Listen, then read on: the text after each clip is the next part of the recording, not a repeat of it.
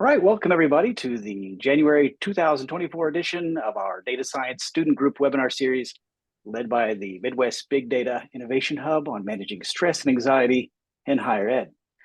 Thank you for joining us, and I'm pleased to have two expert speakers, Lucy Hancock and Sarah Giencke, who are going to provide science-backed techniques to build resiliency in both your personal and professional lives. This is a practical discussion tonight that will help equip you with skills not just to survive, but to thrive in higher ed. Now, also, you can rewatch this at any time, as we'll make the recording available later on our site and on YouTube. But first, I'd like to make a quick introduction to the series. My name is JD Graham, and I'm the Outreach and Engagement Specialist for the Midwest Big Data Innovation Hub. We are a regional organization funded by the National Science Foundation, working with a 12-state area in the Midwest of the US, but we're also part of a national network of 4 hubs founded in 2015 to be a catalyst for bringing together different groups of people spanning across the country who are focused on data science and data-related activities across academia, industry, government, and nonprofits, helping to build collaborations and partnerships between sectors. So as a part of this webinar series, we bring together university science students, science leaders from official RSAs, as well as informal organizations to share best practices, their experiences in developing programmatic activities, and different ways of building local communities. Additionally, we recruit speakers to talk on a variety of subjects graduate and undergraduate students care about, and our goal is to learn from each other and to help build a network of student leaders across our region. The Hub has this webinar series, a Slack community, and profiles of student groups on our website. We encourage you to join future webinars and reach out to us if you'd like to participate with your group in either a webinar or a profile series. Our future webinars may include topics like student data science leaders and conversations like this one, where we'll talk about field versus bench work and helping international students navigate American universities. Now I'd like to turn it over to our guests. Again, welcome Sarah Giencke and Lucy Hancock. I'd like to start with Sarah.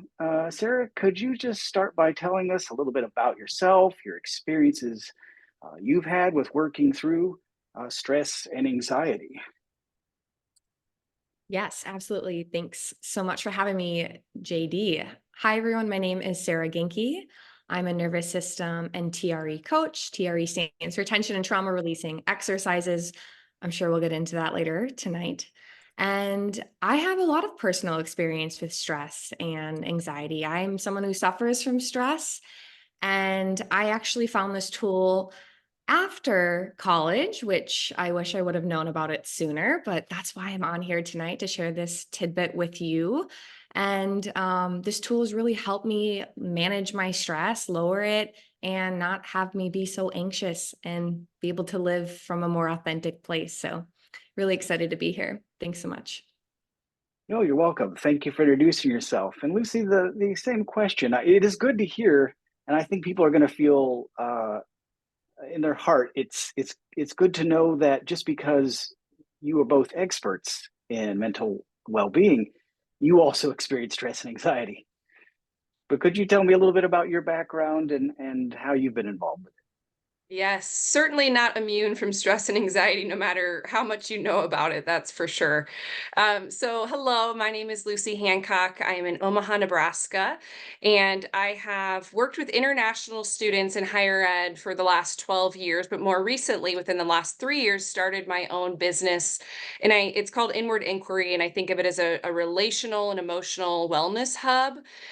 So I work one-on-one with clients to understand themselves through understanding their emotions.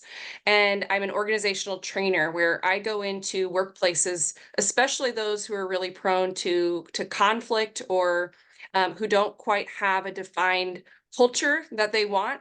And I work with them and build relationships toward having these conversations so that people can really let their authentic selves and stories and missions shine through. So I'm really excited to be here and to share the space with another person who's Sarah, who's equally as interested in these topics. Thanks for the introduction. And I think you both really hit on the idea of making relationships and how this affects everyone in their everyday world, whether you're a student or whether you're in the industry of any kind. But I do think students and especially undergrad, graduate students, they kind of face a different type of stress and anxiety than maybe the average person does. It's a little unique to their population. What does that look like to be a student? We can start with Sarah. What's that look like for a student to have those? What kind of stresses are unique to them? That's a great question.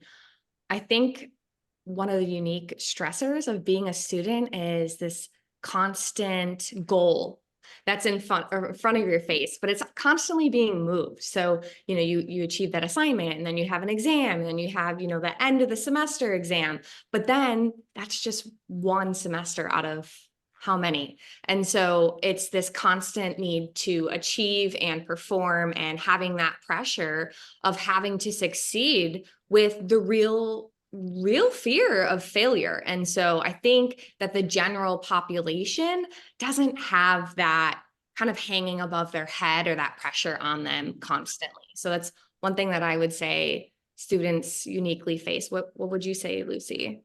Yeah, and you hit the nail on the head, Sarah. I would say very similar sentiments, but to add, I think this unknown, this big unknown about what's next is really disorienting. And, being at such a young age and having to make massive choices about what your career or vocation is going to be adds a lot of pressure. And then you add in things like financial pressure or familial pressure, and then it gets lost in what do I even want, and how am I, as a teenager or a young person, supposed to make choices that can shape the rest of my life. And I think so that pressure combined with the unknown of how it's going to work out and what to do if it doesn't work out, how do I pivot, can just feel very, very jarring and sometimes demobilizing. And I think that's where these, anxious symptoms really come up. And it's not always verbalized that this is what they're feeling, but certainly it's alive and it's present and it's felt. Well, when you're in school as well, and we know how important a social network is, and to have that safety net of friends and family. Most of our students are uprooted. I mean, what does that do to somebody not to have that familiar, body of trust that they're used to? Where else can they find it? There's that's a really good question. There's probably a lot of places to find it, but I think that that's a journey to getting to find those places. I think one thing students could rely on is really finding the things that bring them joy and then seeking that out, whether that be theater, or maybe they're into debate, or perhaps maybe they're into athletics. And when you follow what really feels aligned with you, you're going to find others that also feel aligned in that. And then that's where that natural connection can form, where you can start to build friendships and have that safety net that might not be there had you uprooted your life and gone to another college.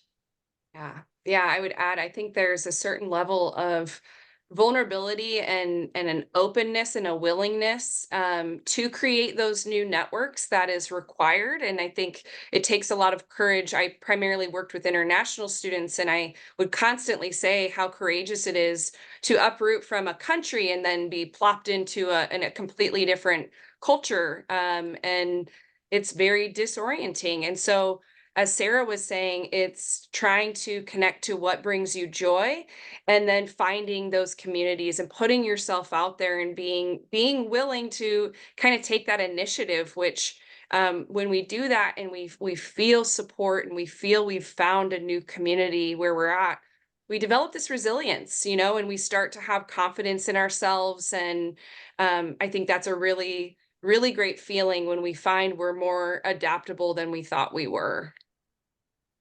Yeah, at this level, it is really difficult to have, I would say, like long-term relationships with building that safety net. Unlike maybe in the non-education world, you have a pretty stable background of people you're working with and for. But as a student, not just every year, but every semester, you encounter new people you have to work with, new professors, new projects. That is really difficult to maintain those. I always look at maybe organizations as well that the university has for clubs and activities. Have you guys noticed, does that work, or should they be seeking something else? Mm. I'm happy to respond. I think that student orgs certainly are a great support system through that time. Um, and I'll keep referencing international students because that was my experience, but host families were a massive part of their cultural immersion and experience, and spending time with these families on breaks and during holidays created this lifelong friendship, and one that, spans where these families then go and visit them abroad. And I think when we're talking domestic students, they can create these little families as well with their friends, going and visiting on holidays. And so I think it takes this intentionality to create long lasting relationships. But then on the flip side, I also think there's this important reminder of how in life we go through these different seasons of change and transition, especially into adulthood, where there are friendships that matter so much at that time and they're our rock, and then we outgrow them, and that's okay. And so as we move into, whether we find a partner, start a family, or travel, or whatever it is, it's really appreciating the people who are there for you in that season. And sometimes that's all it is, and that can be okay. Mm. So well said. Yeah. I laughed when you were talking, Lucy, because my mom hosted a foreign exchange student from Paris Mm. way before the pandemic. And then me and my mom both went out there last year and visited her. And it's just this very full Oh, circle that's amazing. of it. So yeah, it's like a true testimony to what you're saying. Yeah, oh, I'm so glad to hear that. Yeah, and I do think that at the university, people are more open to make new connections as well.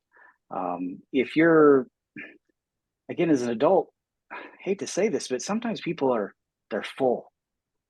They've had lifelong friendships and family members, and they may not be so willing. But at the university level, a lot of people are uprooted, and so a lot of people are making time to look for a connection.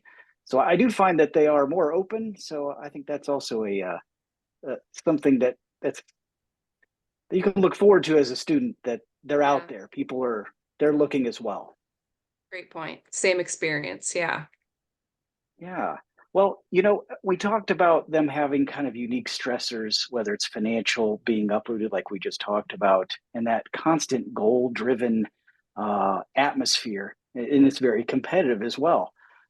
You don't have that again in probably outside of academia, where you're constantly with a numerical value being compared to other people, and your self worth is incredibly tied to that. What does this what does the stress look like on them? I mean, I know we all know people are going to have less sleep as a student. They may be irritable, but what is it?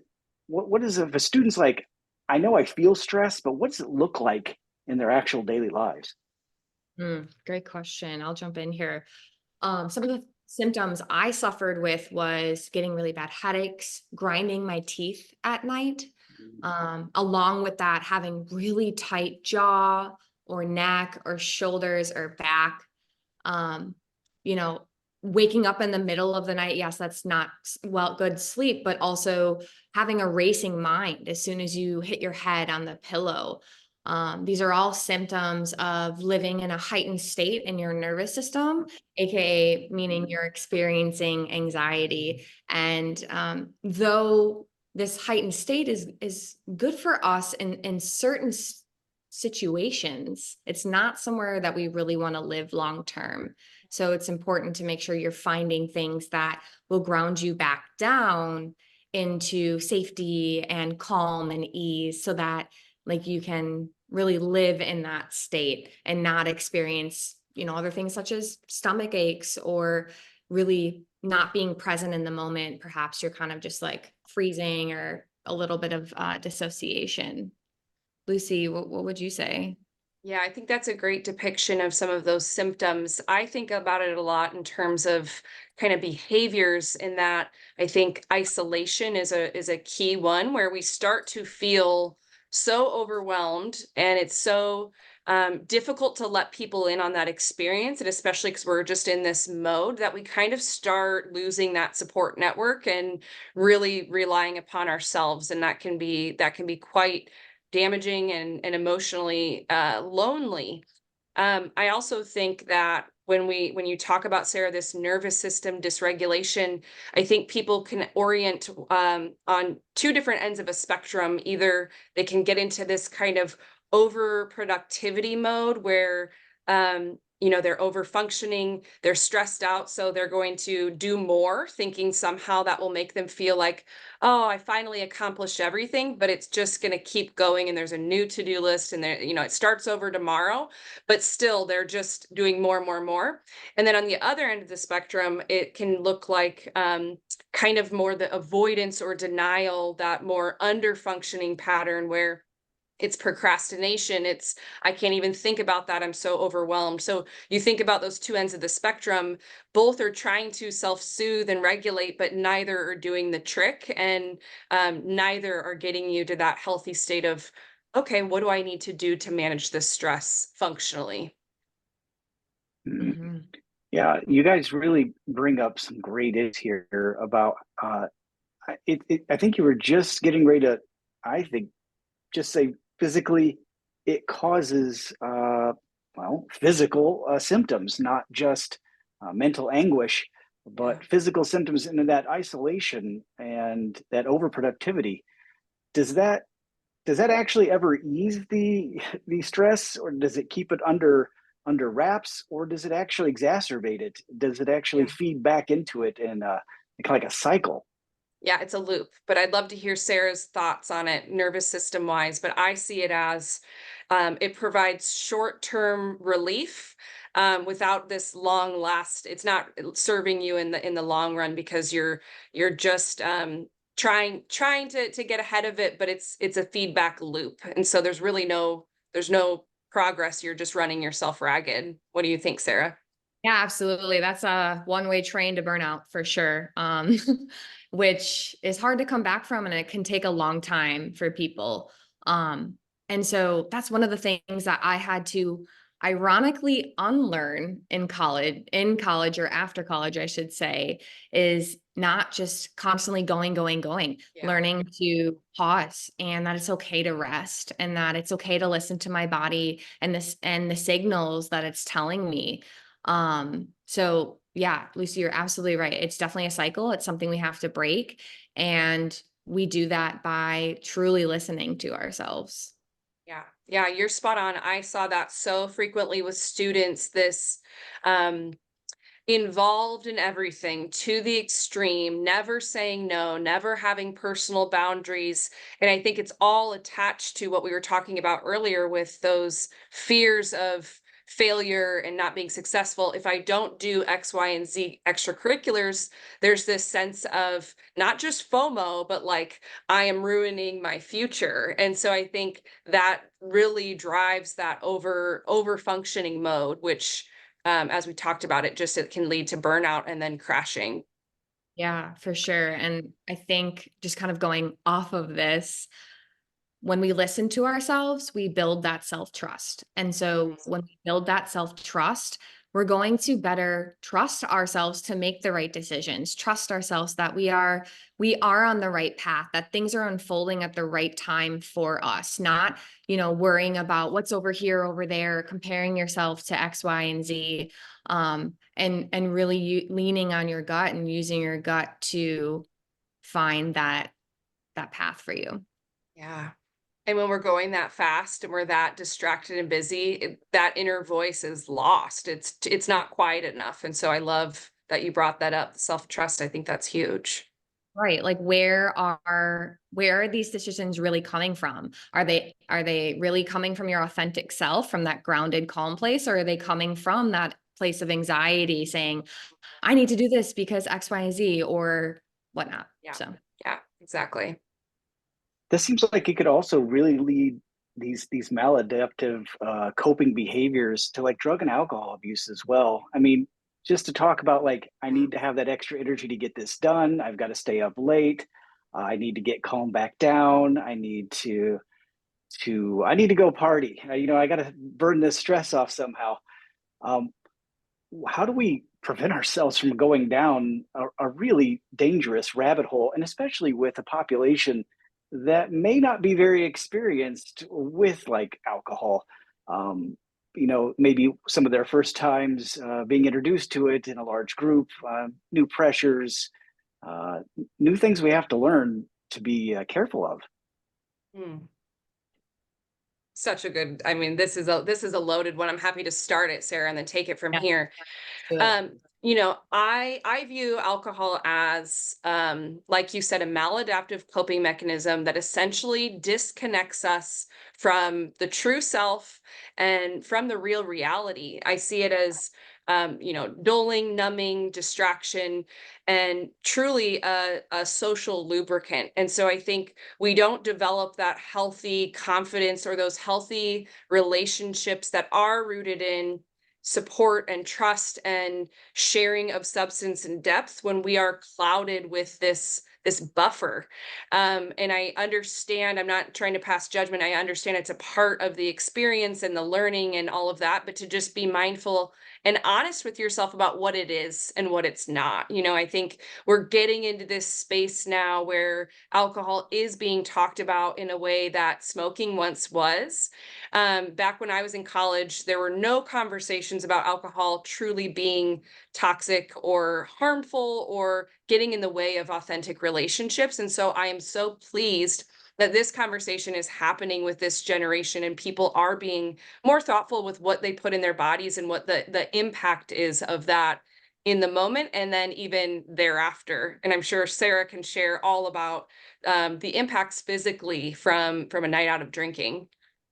Oh Yeah, so yeah, it's really obviously. almost it's not dealing then, right? In a way it's not dealing with what's going on. Not at And all. yeah, so how does that impact the psyche, the body and the psyche? I mean, because Yeah. they're not separate things; they're intertwined. For sure, 100%. The body and the mind are inseparable. Alcohol has a lot of effects on our body.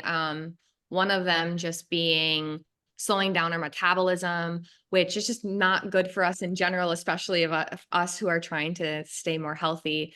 But Lucy, you hit the nail on the head there, talking about how it's a social lubricant. And I remember my days of being around people and having alcohol being that connection link. And then if you weren't drinking, then people didn't want to be around you anymore because you weren't fun, you weren't participating in this social norm, which can bring about isolation and other feelings of shame and guilt. But really, I don't think that drugs and alcohol fix anything. It's pushing it off, it's numbing, like you said, buffering.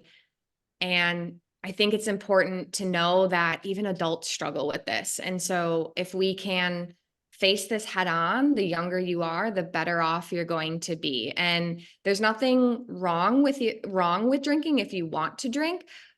But I think before you reach for a drink or order a drink, why don't you just pause? Give yourself a Mm. deep breath and ask yourself, where is this coming from? And within that space of giving yourself, you're going to be able to then make a more conscious decision as to, you know what, no, I just wanted to have fun and like have a drink with my friends and be out versus I'm so stressed out. I just need this to cope, to get through the night. So that's my couple thoughts on that.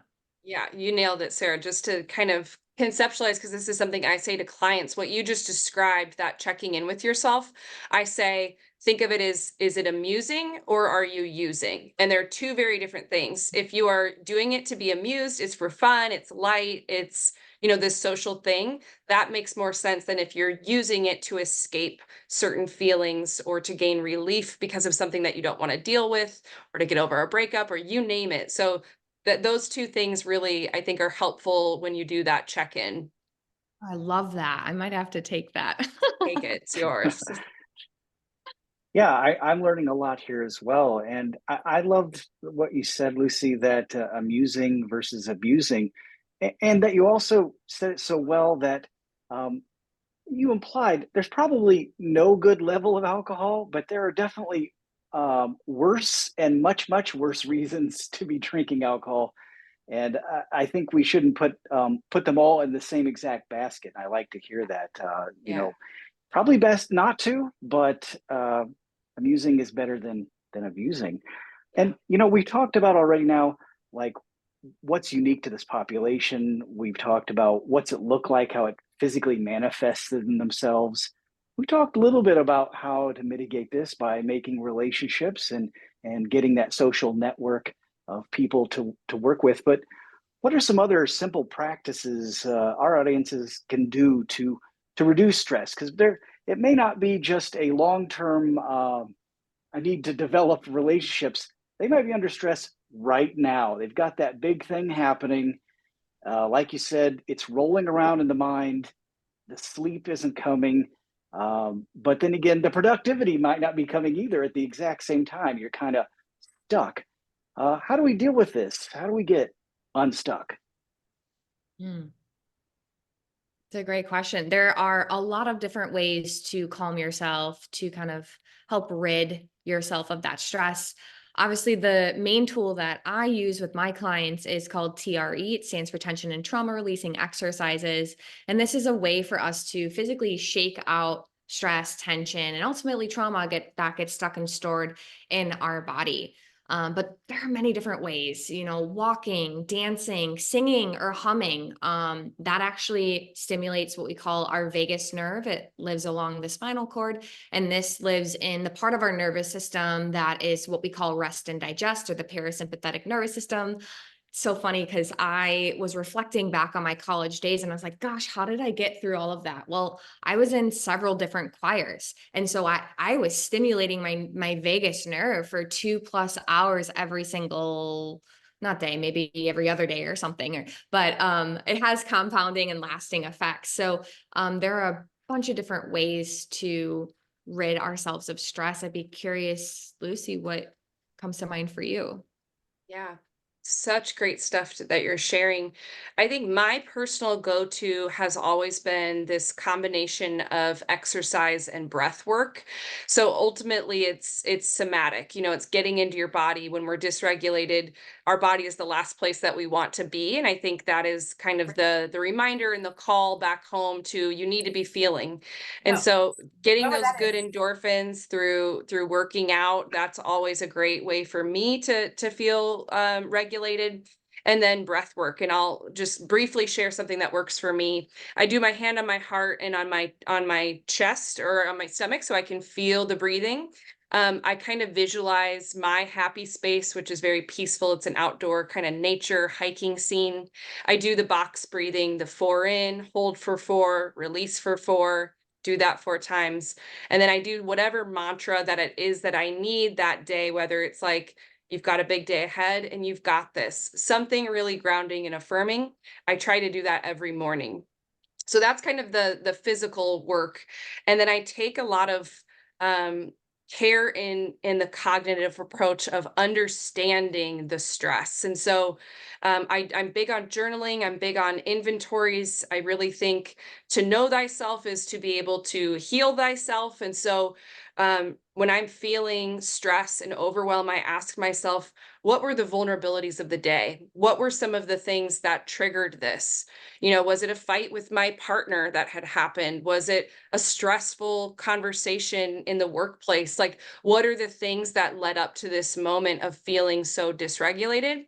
And then, once you have that inventory, you really know what works for you and what doesn't. And so tapping into that big toolkit, and a lot of the stuff that Sarah said is, I really think knowledge is power about ourselves. And the more we know how we respond and what we need, the better we're apt to take care of ourselves. Oh, so Yeah, good. yeah, I think people really feel like it's a one-way street from your mind to your body, but it's really a two-way street, Sarah. Isn't that right? I mean, your body can actually affect your mind, and I don't just mean um, maybe you make some endorphins or you lower your blood pressure, but literally the nerves inside your body communicate back to your mind as well, and that's really what TRE is, isn't it? Could you explain it some more? Yeah, that's what we call the transcortical loop or cortical loop. Basically, it's the neurons from our body telling our brain that we're safe, and then the brain telling our body that we're safe and being able to let go. But TRE is really consisting of a series of exercises which lightly stretch and fatigue muscles so that we can then tap into this innate mechanism, which is what we call neurogenic tremoring or shaking. And all mammals can access this. If you have a dog, you may see your dog shake when they're nervous, they hear the doorbell or maybe lightning or thunder, whatever their trigger is. That is the dog's natural way of discharging that stress of that external trigger. But what's happened in humans is we've evolved so much so that we really suppress it. Our prefrontal cortex labels it as weak or vulnerable or weird to shake. You know, if you ever saw someone speaking up on stage, they got nervous and they were shaking, we think that they're incompetent or label them as X, Y, and Z. And so we internalize that and we suppress this urge. So I actually kind of flip the narrative or this paradigm on shaking or tremoring, saying, oh no, it can be good for you in certain contexts, such as neurogenic tremoring. And so I help people reconnect back to this innate mechanism and really getting those grooves in our brain so that we can access it at any point in time. And like I said earlier, I wish I would have known about this tool in college because I would have tremored in between classes because it's such a mental, physical, emotional weight of like all that information and then going to the next and worrying about, okay, I got to get this in by this time, or I've got this important meeting. So that's what TRE can help with, is help us just like discharge that weight that we carry. I did have a couple other things that I just wanted to circle back to about what Lucy was saying. Exercise is a great way to relieve that stress as well. Just from my personal experience, though, as someone that had been living with CPTSD or complex post-traumatic stress disorder, I worked out all the time and I was going and pushing, and it just almost made me more stressed because I was releasing so many hormones such as like cortisol and adrenaline that it just kept me in those heightened states that it didn't actually help me. And so it's important for you, like Lucy was saying, to try things out, see what works for you and what feels good and aligned with your body so that then you can put the things that work for you in that toolkit, which TRE was one thing that changed my life. And so now I help others with it. Can I ask a Yeah, follow-up Lucy, it really question? sounds like we have to have both this, Yeah, mindfulness of why we're doing what we're doing, and yeah. because you can overdo or do anything incorrectly. Um, it, how do you keep that mindful thought? I mean, you've kind of mentioned you have to ask why you're doing what you're doing. Once I ask myself that and I say, hey, you know what? I'm kind of worried about what's happening next, or I'm worried I might be stressed about what my parents think I'm going into, or I have to a new roommate. However, it works. Once you've identified, do you keep it cognitively the next step, or is it always maybe a physical idea of something to do about it? Hmm. I love the combination. I think that it's really important to have both, but I think my next step upon identifying something is to try to meet it with this non-judgmental acceptance. When we feel negative emotions, I think our first reaction is to judge it, to dismiss it, to get it out of my head. I reject this. And what we resist persists, meaning I try to treat all emotions, whether they're coded as negative or positive, as this unexpected house guest, right? Who may be inconvenient to be here, but I'm going to welcome it to the best of my ability and to tolerate its stay until it's ready to leave. And I think if we can have that kind of analogy or mindset of these unwelcomed emotions, hey, I'm not going to fight them. I'm not going to be shoving them out the door because they're just going to want to stay longer. Then we let it run its course. And then I think we're able to move into some more of that next step action planning, which Sarah, I don't know if you have anything to add to that or if that I resonated. It was 100%. And what was coming up for me when you were speaking is I think emotions, correct me if I'm wrong, last like 60 to 90 seconds. 60 to 90 seconds. Yeah. Yeah. So just if you can sit with the discomfort, which as a society, we are not good at doing. We constantly want to avoid, we want to push away, like you were just saying. But if we can just sit with it and really just put it, like you were saying, put your hand on your chest, on your heart, and breathe through it, that will run its course. And then you can proceed forward and make the correct decision for you. Yeah. Yeah, exactly. And Sarah, you mentioned this TRE, like trimmering. How does one even go about that? I understand that in a short webinar, we may not be able to show, A to Z how to do such a thing, but what does it look like? Or is there like a small version that people could try and before maybe they see a therapist or they go to YouTube to see how such a thing is done? Is there a quicker, just, baby step version? Well, I'll firstly say that I am not a licensed psychologist or a therapist.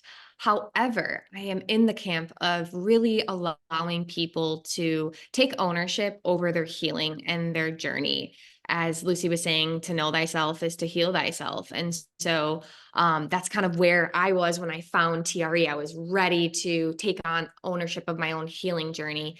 And so what TRE looks like, it's some very simple exercises such as like a calf raise, some squats, a forward fold stretch to really release some of those back muscles, a forward stretch to really stretch what we call the hip flexors or the psoas muscle, which is a muscle deep within us that connects our upper to our lower body and holds a lot of stress, tension, and really trauma in the body. And so as a TRE coach, I help people coach them through that process and then guide them through how to start to kind of turn on that tremor mechanism. So usually a session is about an hour. Anyone that's watching this, please, I'll put my information in the chat, or I'm sure JD will do that. Reach out to me. I would love to offer you a special and get this tool in your hands because it could be life-changing for you. So there's not really a baby way into getting into it. You can Google it and YouTube it. I'm sure you'll see some wild things on there. That's not going to be everybody's experience. It usually starts out really light in the legs, but as we build upon the practice, just like anything, we're going to get stronger. Those neural pathways are going to get deeper in our brain, and then we're going to be able to access it without even having to do those intro exercises. We can just lay on the floor and start tremoring, and that's really when you start to see the ROI of this tool. Well, it really sounds like mental health is, as Forrest would tell us, like a box of chocolates. You have a lot of things to choose from, and it doesn't work for every person, but there's lots of different choices out there. Absolutely. And one of the best things about it, again, I can't stress this enough, is trying the different things that work for you, whether it's breath work or TRE or journaling. All of these things comprise of a very rich experience and self-expression, and layering it on top of therapy. There's no harm in layering them and seeing what mixes. I think one thing we haven't talked about yet is just maybe not just students, but people in general. Maybe they're a little scared to go to a therapist or even talk about their own mental health. Do students today have a better attitude or worse? Or do they have, what are their attitudes like with mental health? And how can we, I don't know, inspire them to get the help they need when it gets a little bit above that level of at home treatment? I think there's been a tremendous shift in destigmatization, even from when I was in college over a decade ago. Mental health was not talked about. All of the language that Sarah and I have used today was certainly not language that I had access to. And so I think this generation is light years ahead because of that language. And then also just how normalized it is to have these types of conversations. And so thank you, JD and John and the team for, bringing us into this space because it just continues this. Of course, this is normal. This is something everybody deals with and everyone has different coping mechanisms and let's talk about it. And so I think that this generation's in a really positive and open space to explore what they need, which is really powerful. 100%. Yeah, and most colleges and universities have staff, departments devoted towards mental health and resources you need. Unfortunately, we service a 12-state area, and this YouTube could go much broader than that.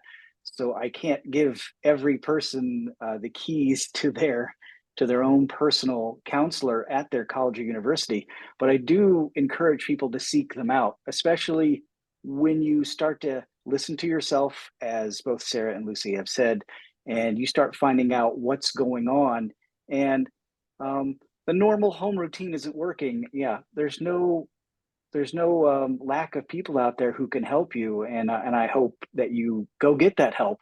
But I am not able to provide it. But every college and university does have some version of that, and communities do themselves. And I encourage anybody watching or listening to this that when you get to that level, get the help that you need.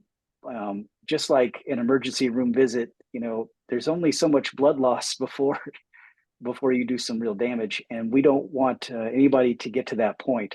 So before you reach a breaking point, get the help that you need. Mm.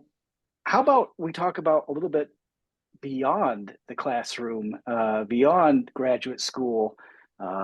What's it look like, and how do they take these things that they've learned, and how is it going to be different in their careers? Because we've talked about this very compartmentalized time in your life where you're separated from your family, where you have this very goal-oriented lifestyle. But what happens when we leave? Because there are some support mechanisms in the academic world that may not be in the industry world.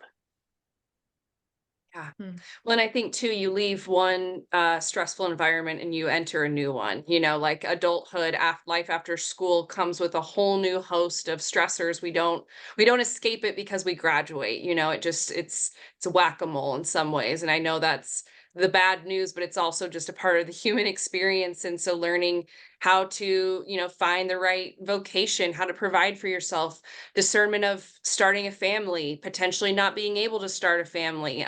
There are so many different things that we experience. And I think once you become an adult and you don't have that tight knit resource hub of a community within a school, the onus is really on you to do some of that on your own exploration. And I just think another shift generationally is that there's access to so much free information, resources, podcast stuff that it's really helped with my healing, even aside from therapy.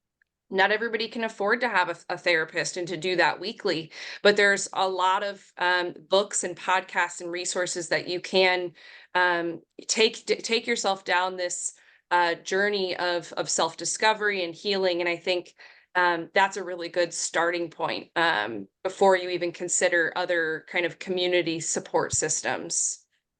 Yeah. Great And advice. I think that workplaces are more so finding that they need to provide more mental health support for their employees. I mean, the pandemic proved to be quite the poignant time for that.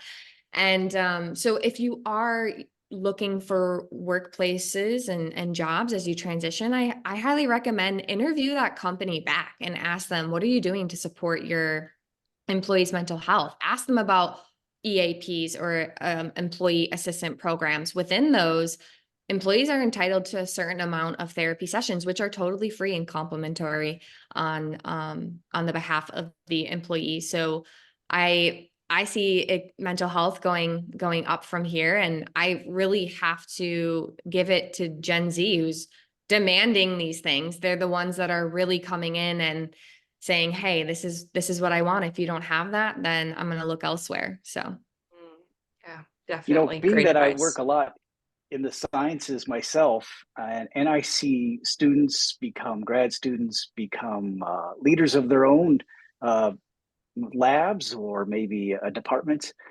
and I think they want to be good bosses. They want to be good managers, but they also may not have the social awareness that, although they're good at the material they're teaching and managing, they may not know how to manage people. How do we maybe give some advice to these people who are going to be managers soon on how to be a good manager that supports mental health and the health of your employees? Yeah. I say number one, seek mentorship. We have to learn from those who are paving the way and who we admire. And then number two, I would say it's plain and simple, get really curious about people's unique needs. We can't have this one size fits all approach. People are dealing with unique stressors. And if you don't sit down with them one-on-one and ask, what do you need for support in this environment? You're not going to know. And then you're making assumptions and have the potential to get it wrong. And so I think, as always, start with that direct conversation and ask for what they need rather than assume. totally. Yeah. A couple things I would add. Yeah, be curious, ask good questions, obviously have boundaries around certain things that you're asking, but be there for the person, treat them with the platinum rule, treat people how they want to be treated. And that takes getting to know that individual on a one-on-one basis. And so I think one of the biggest things that leaders struggle with or managers struggle with is the fact that they're essentially doing two different jobs. There's the job of what the day-to-day tasks and functionality of that role is. But then being a people leader is a completely different role, having to know how to build really good relationships and rapport with people, how to hold one-on-ones, how to give performance reviews, things that are very sensitive and deeply personal to people and their livelihood. So I know that's the expertise of Lucy and myself. We are both trauma-informed leaders, meaning we teach leaders how to become more trauma-informed. So if you're stepping into one of those roles in the future, send us a message. We'd love to give you some advice or help in any way we can. And I see that Lucy dropped off. So I hope she'll be back here in a moment. She did notice her connection earlier was a little bit glitchy. I really love that you brought up the platinum rule, because most people have heard of the golden rule, and that's hard enough for many people to think, how would I react to this situation? But people aren't the same, and you have to anticipate, and the only way you can anticipate how somebody might feel beside yourself is to get to know them and to care. yeah. So I think that is great advice. I love to hear that.